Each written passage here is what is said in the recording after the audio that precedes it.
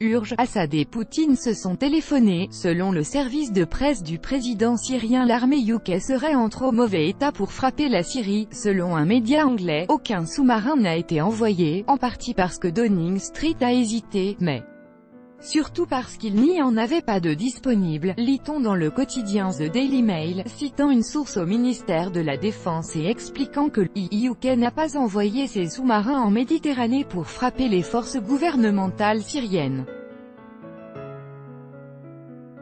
Le Royaume-Uni n'a pas envoyé ses sous-marins en Méditerranée pour frapper les forces gouvernementales syriennes sous prétexte d'un recours présumé aux armes chimiques, relate le quotidien britannique The Daily Mail en se référant à une source au sein du ministère britannique de la Défense. Aucun sous-marin n'a été envoyé, en partie parce que Downing Street a hésité, mais surtout parce qu'il n'y en avait pas de disponible. Nous n'en avions aucun d'actif sur place, a admis une source confidentielle au ministère de la Défense, lit-on dans le média.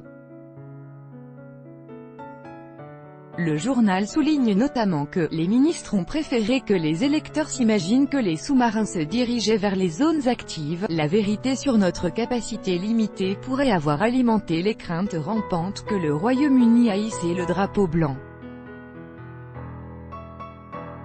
The Daily Mail précise en outre que le Royaume-Uni n'a plus assez de navires, d'avions et de personnel militaire car la défense est devenue une cible souple pour les gouvernements qui cherchent à réduire les dépenses. Nos forces armées ont été rationnées au point où elles ont du mal à fonctionner aussi efficacement qu'elles le voudraient, mettant en péril la sécurité de notre nation dans un monde de plus en plus perturbé, selon l'article. Ainsi, après la fin de la guerre froide, l'armée UK comptait plus de 160 000 militaires, mais après les réformes de 2010 sous le gouvernement de David Cameron, leur nombre a été divisé par 2. Plus est, le gouvernement actuel prévoit de réduire les effectifs de l'armée de 50 000 personnes. L'armée britannique, autrefois redoutée et vénérée dans le monde entier, serait 2 fois plus petite que celle française, italienne, espagnole et même allemande, d'après le média. Outre le manque de personnel actif, le quotidien évoque finalement la pénurie de matériel militaire, soulignant que, en 2017, 21 des 67 bombardiers Tornado et 43 des 135 chasseurs Eurofighter Typhoon étaient dans un état terrible.